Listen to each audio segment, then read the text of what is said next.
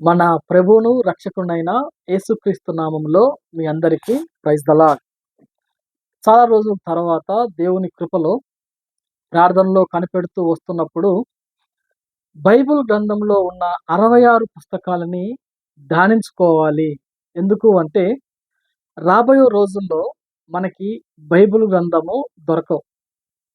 Bible చదవాలన్నా, లేకపోతే ఫిజికల్‌గా బైబిల్‌ని చేత పట్టుకొని మనము చదవాలన్నా కుదరని పరిస్థితులొస్తున్నాయి. కాబట్టి ఈ ఎలక్ట్రానిక్ మీడియా ద్వారా, ఈ వీడియోస్ ద్వారా మనము బైబిల్ గ్రంథాన్ని క్లుప్తంగా ప్రతి ఒక్క గ్రంథాన్ని, లేకపోతే ప్రతి ఒక్క పుస్తకాన్ని మనం క్లుప్తంగా ధ్యానించుకుంటూ ముందుకెళ్ళినప్పుడు, అది ఎంతగానో మన హృదయంలో భద్రపరచబడలాగున మనం ఎప్పుడైనా చూసుకోవాలంటే ఈ వీడియోసు యూట్యూబ్ ఛానల్‌లో ప్రాముఖ్యంగా ఈ యొక్క జీసస్ కమింగ్ కింగ్డమ్ మినిస్ట్రీస్ అనే యూట్యూబ్ ఛానల్‌లో అప్‌లోడ్ చేయబడతాయి కాబట్టి, ఎప్పుడైనా సరే ఖాళీగా ఉన్న సమయంలో మీరు చూడగలరు.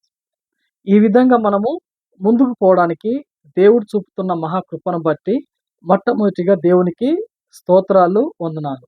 ఈరోజు ఈ యొక్క వీడియోలో మనము ఆదికాండము, జెనెసిస్ లేదా ఆదికాండము అనే పుస్తకాన్ని ధ్యానించుకుందాం. ఆదికాండానికి మొత్తము 50 అధ్యాయాలు. ఈ 50 అధ్యాయాల్ని మనము చాలా జాగ్రత్తగా గమనిస్తే, మొదటి అధ్యాయంలో సృష్టి గురించి వ్రాయబడి ఉంది.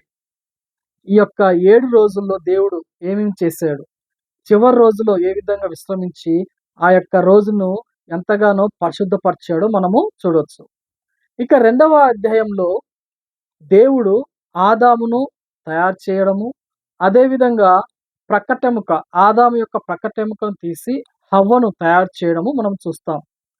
అదేవిధంగా మూడవ అధ్యాయంలో ఈ యొక్క హవ్వ, ఆదాంతో పాటు సర్పము కూడా చాలా యుక్తిగలదిగా ఉన్నట్లుగా మనము ఆ సర్పము ఏ విధంగా పాపాన్ని తీసుకుని వచ్చిందో మనము చూడగలం. నాలుగవ అధ్యాయంలో మనము మొట్టమొదటిసారిగా ఆ యొక్క హవ్వ, ఆదాము కలిగిన సంతానమైన ఆ యొక్క కయ్యూను, హేబేలు విషయంలో ఏ విధంగా అక్కడ హత్య అనేది జరిగిందో, మొట్టమొదటి పాపము హత్య అక్కడ మనము చూడగలము. ఇక 5వ అధ్యాయం నుంచి 10వ అధ్యాయం దాకా నోవహును మనము చూడగలం. ఏ విధంగా దేవుడు ఈ యొక్క ఈ యొక్క మానవులందరినీ ఒక్కసారిగా జలప్రళయంతో తుడిచివేయడము, ఆ యొక్క జల ప్రవాహంలో నోవహు కుటుంబాన్ని మాత్రమే దేవుడు ఏ విధంగా కాపాడాడు, ఆ కుటుంబం ద్వారా ఎంతమంది వచ్చారు, ఇవన్నీ మనము ఈ యొక్క 5వ అధ్యాయం నుంచి 10వ అధ్యాయం వరకు మనం చూడగలం.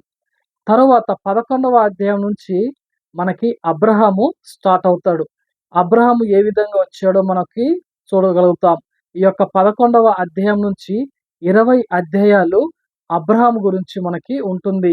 అబ్రహాము ఏ విధంగా దేవునికి విశ్వాసాన్ని చూపించాడు, ఏ విధంగా ఆయన మాట నమ్మి ఏ విధంగా ఆయన పయనమయ్యాడు, ఆయనకి దేవుడు ఎలాంటి వాగ్దానాలు ఇచ్చాడో, ఎలాంటి బలిపీఠాలు ఆయన కట్టాడో మనము చూడవచ్చు. తర్వాత ఈ యొక్క 21వ అధ్యాయం నుంచి 26 అధ్యాయాల వరకు మనకి ఇస్సాకు గురించి వ్రాయబడి ఉంటుంది. ఏ విధంగా అబ్రహాము కుమారుడుగా ఇస్సాకు వచ్చాడు, ఇస్సాకు ఏ విధంగా చాలా ఎటువంటి గొడవలు లేకుండా చాలా చక్కగా ఏ విధంగా జీవించాడో ఈ యొక్క 21 నుంచి 26వ అధ్యాయాలు మనము చూడగలం. ఇక 27వ అధ్యాయం నుంచి యాకోబును మనము చూడగలం. యాకోబు ఏ విధంగా ఇస్సాకు ద్వారా పుట్టాడు, యాకోబు ఏ విధంగా యాకోబు ఏశావులు వచ్చాడు, ఏ విధంగా యాకోబుడు ఏశావుని మోసపుచ్చాడు, తర్వాత ఇశ్రాయేలుగా ఎలా మారాడు, ఇవన్నీ మనకి ఈ యొక్క 27వ అధ్యాయం నుంచి 36వ అధ్యాయాల వరకు ఈ యొక్క యాకోబు గురించి మనం క్లియర్‌గా చూడొచ్చు. తర్వాత యాకోబు సంతానం నుంచి, యాకోబుకి ఆ సంతానంలో 12 మంది కుమారులు పుడితే అందులో చివరి వాడైన 11వ వాడైన యోసేపు గురించి మనము 37వ అధ్యాయం నుంచి 50 అధ్యాయాల వరకు మనము చూడగలం. ఈ విధంగా మంచి మంచి గొప్ప గొప్ప వ్యక్తుల యొక్క జీవితాల్ని ఈ యొక్క ఆదికాండంలో మొట్టమొదటిగా దేవుడు ఒక హీరోస్‌గా పెట్టారు.